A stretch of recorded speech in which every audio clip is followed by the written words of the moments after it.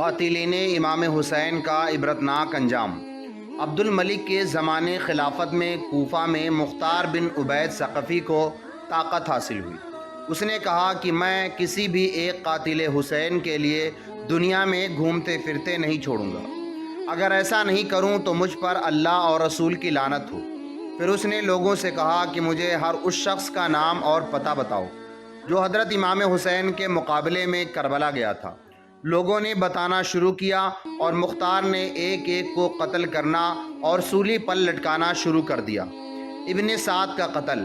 ایک دن مختار نے کہا کہ میں کل ایک ایسے شخص کو قتل کروں گا جس سے سبھی مومنین اور ملائکہ مقربین بھی خوش ہوں گے۔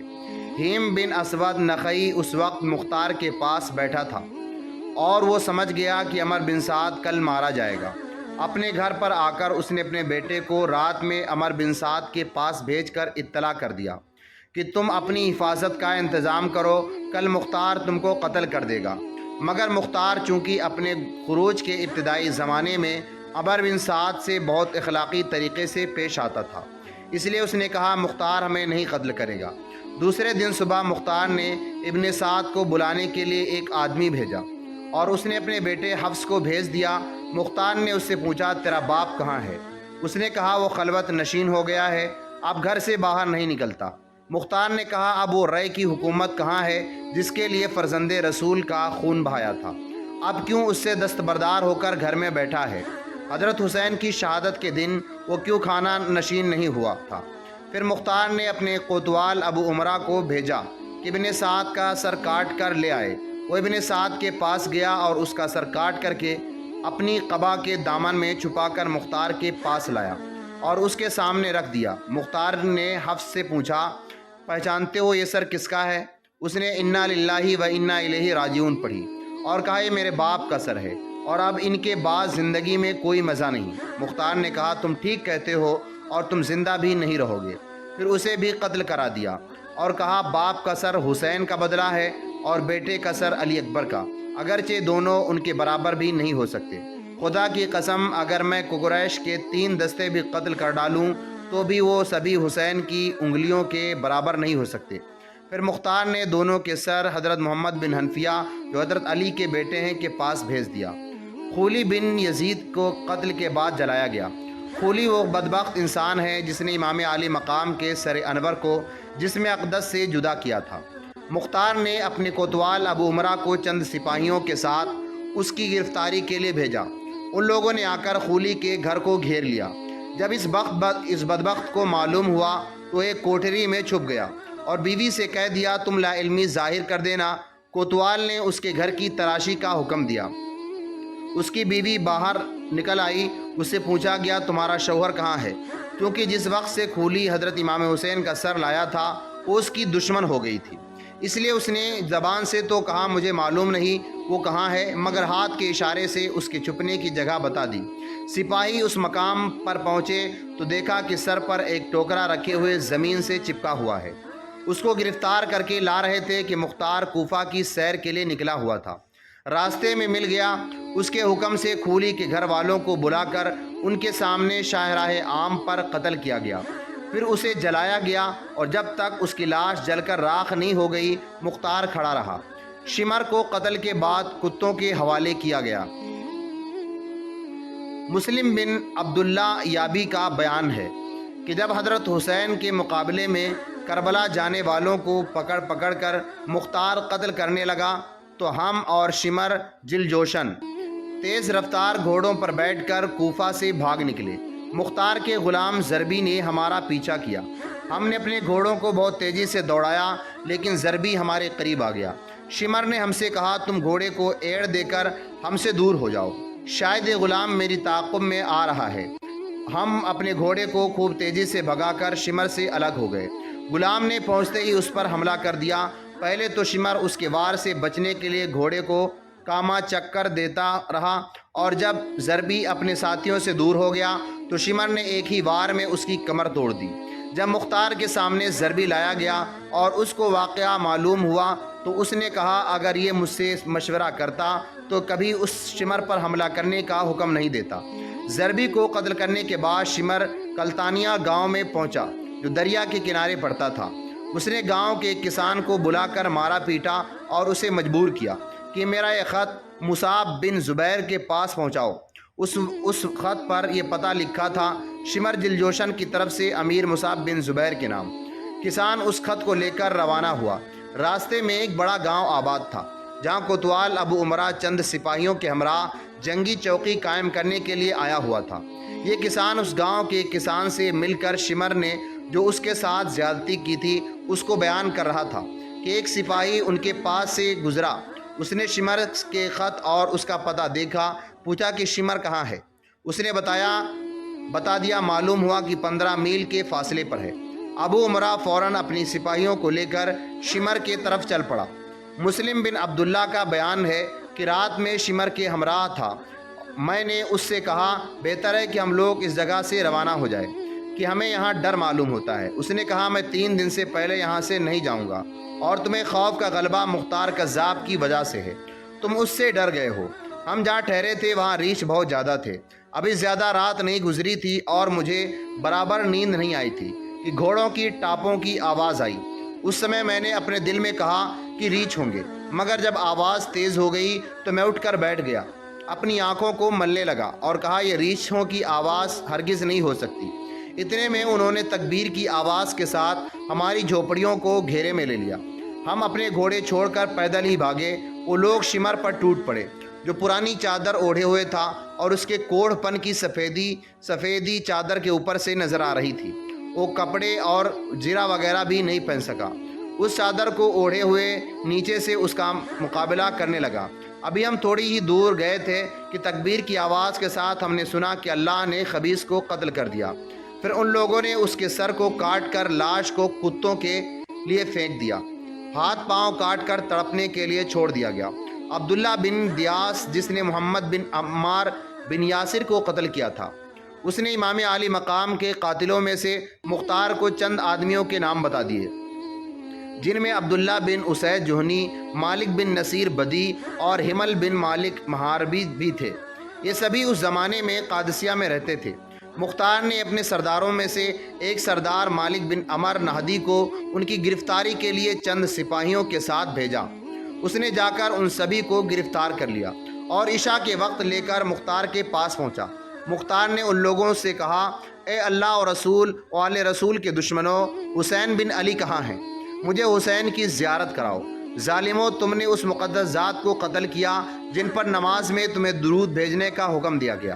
انہوں نے کہا اللہ آپ پر رحم کرے، ہمیں ان کے مقابلے میں زبردستی بھیجا گیا تھا، ہم جانے کے لیے راضی نہیں تھے، آپ ہم پر احسان کریں اور چھوڑ دیں۔ مختار نے کہا تم نے نواز رسول پر احسان نہیں کیا، ان پر تمہیں رحم نہیں آیا، تم نے انہیں اور ان کے بچوں کو پیاسا رکھا، پانی نہیں پینے دیا اور آج ہم سے احسان طلب کرتے ہو۔ پھر بدی سے کہا تم نے حضرت امام حسین کی ٹوپی اتاری تھی۔ عبداللہ بن کامل نے کہا جی ہاں، یہی وہ شخص ہے جس نے ان کی ٹوپی اتاری تھی۔ مختار نے حکم دیا دونوں ہاتھ پاؤں کاٹ کر اس کو چھوڑ دیا جائے تاکہ اسی طرح تڑپ تڑپ کر یہ مر جائے۔ چنانچہ اس کے ہاتھوں اور پیروں سے خون کا دھارا بہتا رہا یہاں تک کہ وہ مر گیا۔ اس کے بعد زہنی اور محاربی کو بھی قتل کرا دیا گیا۔ حکیم کو ننگا کر کے تیروں کا نشانہ بنایا گیا۔ حکیم بن طفیل تائی یہ بدنصیب انسان ہے کہ جس نے کربلا میں حضرت عباس علمبردار کے لباس اور اسلحہ پر قبضہ کیا تھا اور حضرت امام حسین کے سینہ پر تیر مارا تھا۔ مختار نے عبداللہ بن کامل کو اس کی گرفتاری کے لیے چند سپاہیوں کے ساتھ بھیجا۔ حکیم کے گھر والے عدی بن حاتم کے پاس فریادی ہوئے کہ آپ مختار سے سفارش کر کے سپاہیوں کو راستے میں معلوم ہوا کہ عدی مختار کے پاس حکیم کی سفارش کے لیے گئے ہیں۔ انہوں نے اپنے سردار ابن کامل سے کہا کہ مختار عدی کی سفارش قبول کر لیں گے اور یہ خبیث بچ جائے گا، حالانکہ آپ اس کے جرم سے بخوبی واقف ہیں، اس لیے بہتر ہے کہ ہم ہی اسے قتل کر دیں۔ ابن کامل نے انہیں اجازت دے دی۔ وہ لوگ حکیم کو ایک گھر میں لے گئے، اس کی مشکیں باندھی ہوئی تھیں، اسے ایک جگہ کھڑا کیا اور کہا تو نے حضرت عباس بن علی کے کپڑے اتارے تھے، ہم تیری زندگی ہی میں تیرے سارے لباس اتارتے ہیں۔ چنانچہ ان لوگوں نے اسے بالکل ننگا کر دیا۔ پھر کہا کہ تو نے حضرت حسین کو تیر مارا تھا، ہم بھی تجھے تیروں کا نشانہ بناتے ہیں۔ یہ کہہ کر انہوں نے تیروں سے مار مار کر اسے ہلاک کر دیا۔ ابن کامل آ کر مختار کو حاکم کے قتل کی اطلاع دی۔ مختار نے کہا میرے پاس لائے بغیر تم نے اسے کیوں قتل کر دیا؟ دیکھو یہ عادی اس کی سفارش کے لیے آئے ہیں اور یہ اس بات کے اہل ہیں کہ ان کی سفارش قبول کی جائے۔ ابن کامل نے کہا آپ کے سپاہی میری بات نہیں مانے تو میں مجبور ہو گیا۔ عدی نے کہا اے دشمن خدا تو جھوٹ بولتا ہے، تو نے جانا کہ مختار میری سفارش قبول کر لیں گے اس لیے تو نے اسے راستے میں قتل کر دیا، اس کے علاوہ اور تجھے کوئی خطرہ نہیں تھا۔ ابن کامل بھی عدی کو جواب میں برا بھلا کہنا چاہتا تھا مگر مختار نے انگلی اپنے منہ پر رکھ کر اسے خاموش رہنے کی ہدایت کی۔ عدی مختار سے خوش اور ابن کامل سے ناراض ہو کر چلے آئے۔ نیزوں سے چھید چھید کر مارا گیا۔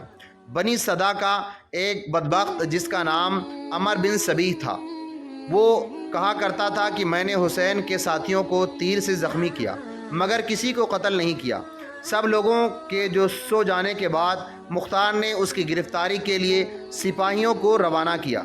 جب وہ ابن سبیح کے مکان پر پہنچے تو اپنی چھت پر بے خبر سو رہا تھا اور اس کی تلوار اس کے سرہانے رکھی تھی۔ سپاہیوں نے اسے گرفتار کر لیا اور اس کی تلوار پر قبضہ کر لیا۔ وہ کہنے لگا اللہ اس تلوار کا برا کرے کہ یہ مجھ سے کس قدر قریب تھی اور اب کتنی دور ہو گئی۔ سپاہیوں نے رات ہی میں اسے مختار کے سامنے پیش کیا۔ مختار نے حکم دیا کہ صبح تک اسے قید میں رکھو۔ پھر صبح کو دربار عام کیا۔ جب بہت سے لوگ جمع ہو گئے اور ابن سبیح اس کے سامنے لایا گیا تو نہایت دلیری سے بھرے دربار میں کہنے لگا اے گروہ کفار و فجار، اگر اس وقت میرے ہاتھ میں تلوار ہوتی تو تم کو معلوم ہو جاتا کہ میں بزدل اور کمزور نہیں ہوں۔ اگر میں تمہارے علاوہ کسی اور کے ہاتھ قتل کیا جاتا تو یہ بات میرے لیے باعث مسرت ہوتی، اس لیے کہ میں تم کو بدترین سمجھتا ہوں۔ اے کاش اس وقت میرے ہاتھ میں تلوار ہوتی تو میں تھوڑی دیر تمہارا مقابلہ کرتا۔ اس کے بعد ابن سبیح نے ابن کامل کی آنکھ پر ایک گھونسا مارا۔ ابن کامل ہنسا اور اس کا ہاتھ پکڑ کر کہنے لگا یہ شخص کہتا ہے کہ میں نے اہل بیت رسالت کو تیروں سے زخمی کیا ہے، تو اب اس کے بارے میں آپ ہمیں کیا حکم دیتے ہیں؟ مختار نے کہا نیزے لاؤ اور اسے نیزوں سے چھید چھید کر مارو۔ چنانچہ نیزوں سے مار مار کر اسے ہلاک کیا گیا۔ قاتل کو زندہ جلا دیا گیا۔ بنی جانب کا ایک شخص جس کا نام زید بن رقات تھا، اس بدبخت نے حضرت عبداللہ بن مسلم بن عقیل کو تیر مارا تھا جو ان کی پیشانی میں لگا تھا۔ انہوں نے پیشانی کو بچانے کے لیے اس پر اپنا ہاتھ رکھ لیا مگر تیر ایسا لگا کہ ہاتھ بھی پیشانی کے ساتھ پیوست ہو گیا، اور جب کوشش کے باوجود اس کا ہاتھ پیشانی سے جدا نہیں ہو سکا تو انہوں نے بارگاہ الہی میں دعا کی یا الہ العالمین، ہمارے دشمنوں نے جیسے ہمیں ذلیل کیا ہے تو بھی ان کو ایسے ہی ذلیل کر، اور جس طرح انہوں نے ہمیں قتل کیا ہے تو بھی انہیں قتل کر۔ پھر زید بن رقات نے ان کے پیٹ میں ایک تیر مارا جس سے وہ شہید ہو گئے۔ ابن رقات کہا کرتا تھا کہ اس کے پیٹ کا تیر تو میں نے آسانی سے نکال لیا مگر جو تیر پیشانی پر لگا کوشش کے باوجود نہیں نکل سکا۔ مختار نے عبداللہ بن مالک کو اس کی گرفتاری کے لیے روانہ کیا۔ ابن کامل سپاہیوں کے ساتھ پہنچ کر اس پر ٹوٹ پڑا۔ وہ بھی بڑا بہادر آدمی تھا، تلوار لے کر اس کا مقابلہ کیا۔ ابن کامل نے اپنے سپاہیوں سے کہا اسے نیزہ اور تلوار سے ہلاک نہ کرو بلکہ تیر سے مارو۔ سپاہیوں نے اس قدر تیر اور پتھر مارے کہ وہ گر گیا۔ ابن کامل نے کہا دیکھو اگر جان باقی ہو تو اسے باہر لاؤ، کیونکہ ابھی جان باقی تھی تو اسے باہر نکالا گیا۔ ابن کامل نے آگ منگا کر اسے زندہ جلا دیا۔ ابن زیاد کا عبرتناک انجام۔ عبیداللہ بن زیاد وہ بدنام انسان ہے جو یزید کی طرف سے کوفہ کا گورنر منتخب کیا گیا تھا۔ اسی بدبخت کے حکم سے حضور امام اور آپ کے اہل بیت کو تمام تکلیفیں پہنچائی گئیں۔ واپس ابن زیاد موصل میں 30,000 فوج کے ساتھ اترا۔ مختار نے ابراہیم بن مالک اشتر کو اس کے مقابلے کے لیے ایک فوج لے کر بھیجا۔ موصل سے تقریباً 25 کلومیٹر کے فاصلے پر دریائے فرات کے کنارے دونوں لشکروں میں مقابلہ ہوا اور صبح سے شام تک خوب جنگ رہی۔ جب دن ختم ہونے والا تھا اور آفتاب غروب تھا اس وقت ابراہیم کی فوج غالب آ گئی۔ ابن زیاد کو شکست ہوئی اور اس کی ہمراہی بھاگے۔ ابراہیم نے حکم دیا کہ فوج مخالف میں سے جو ہاتھ آئے اس کو زندہ نہ چھوڑا جائے، چنانچہ بہت سے ہلاک کیے گئے۔ اس ہنگامے میں ابن زیاد بھی فرات کے کنارے محرم کی 10ویں تاریخ 67 ہجری میں مارا گیا۔ اور اس کا سر کاٹ کر ابراہیم کے پاس بھیجا گیا۔ ابراہیم نے مختار کے پاس کوفہ میں بھجوایا۔ مختار نے دارالامارات کوفہ کو آراستہ کیا اور اہل کوفہ کو جمع کر کے ابن زیاد کا سر اس جگہ رکھوایا جس جگہ اس مغرور حکومت و بندہ دنیا نے حضور امام حسین کا سر مبارک رکھا تھا۔ مختار نے اہل کوفہ کو خطاب کر کہا، اے اہل کوفہ، دیکھ لو کہ حضور امام حسین اور ان کے خون ناحق نے ابن زیاد کو نہ چھوڑا۔ اس نامراد کا سر ذلت و رسوائی کے ساتھ یہاں رکھا ہوا ہے۔ 6 سال ہوئے ہیں، وہی تاریخ ہے، وہی جگہ ہے۔ خداوند نے اس مغرور فرعون خشال کو ایسی ذلت و رسوائی کے ساتھ ہلاک کیا۔ اسی فقہ اور کوفہ اور اسی دارالامارات میں اسی بے دین کے قتل و ہلاک پر جشن منایا جا رہا ہے۔ ترمذی شریف کی حدیث میں ہے کہ جس وقت ابن زیاد اور اس کے سرداروں کے سر مختار کے سامنے لا کر کے رکھے گئے تو ایک بڑا سانپ نمودار ہوا۔ اس کی ہیبت سے لوگ ڈر گئے۔ وہ تمام سروں میں پھر گیا، پھر عبید اللہ بن زیاد کے سر کے پاس پہنچا تو اس کے نتنے میں گھس گیا۔ تھوڑی دیر ٹھہر کر اس کے منہ سے نکلا۔ اس طرح 3 بار سانپ اس کے سر کے اندر داخل ہوا اور غائب ہو گیا۔ ظلم کی ٹہنی کبھی پھلتی نہیں، ناؤ کاغذ کی کبھی چلتی نہیں۔ مختار کا دعوی نبوت۔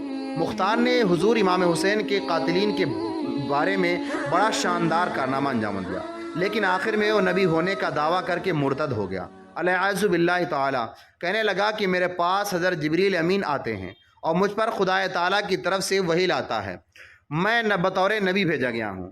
حضرت عبداللہ بن زبیر کو جب اس کے دعوے نبوت کی خبر ملی تو آپ نے اس کی سرکوبی کے لیے لشکر روانہ فرمایا جو مختار پر غالب ہوا اور ماہ رمضان 67 ہجری میں اس بدبخت کو قتل کیا گیا۔ ہماری ویڈیو کیسی لگی کمنٹ کر کے ضرور بتائیں۔ اسی طرح کی اسلامی اور تاریخی ویڈیو دیکھنے کے لیے ہمارے چینل کو سبسکرائب کریں۔ اللہ حافظ۔